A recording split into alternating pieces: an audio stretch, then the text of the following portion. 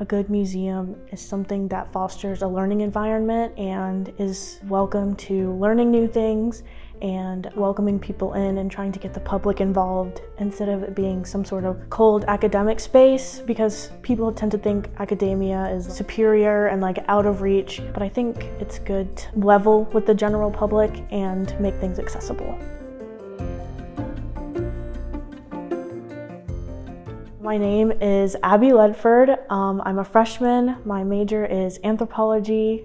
As a kid, my parents were really heavy on us learning about a bunch of different subjects. And so museums were a fun way to kind of get us engaged with the world around us and our history. And so we tended to go to museums a lot. Here at Gorgas, doing work study, mainly I give tours to people who come in relation to the University of Alabama.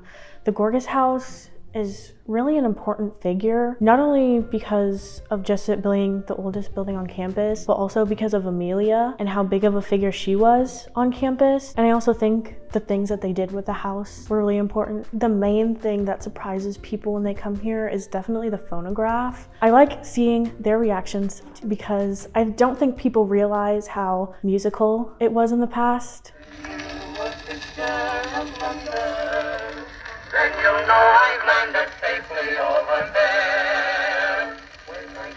People also get surprised, not only the house's history with slavery, but also the university, just how much slaves were an integral part of building the university and how much the university contributed to the slave trade. In one of the bedrooms, there's a display case that has the fans of the Gorgas women. They inspired me to start a research project on Victorian fan language. Fan language were a way for these Victorian women to communicate with each other in a way that still appeared proper, but they were able to actually be more of themselves and express more than they would be able to with words. They had a gesture that would signify that they weren't interested in the suitor that was pursuing them. And I think that that's something that's really powerful, because women aren't often in a position of power where they're able to openly reject someone like that, especially back then. So I think even if the man didn't understand it, it was still a powerful thing for the women to be able to communicate with each other like that. So I think it's always interesting to find out how women lived and worked and stuff like that.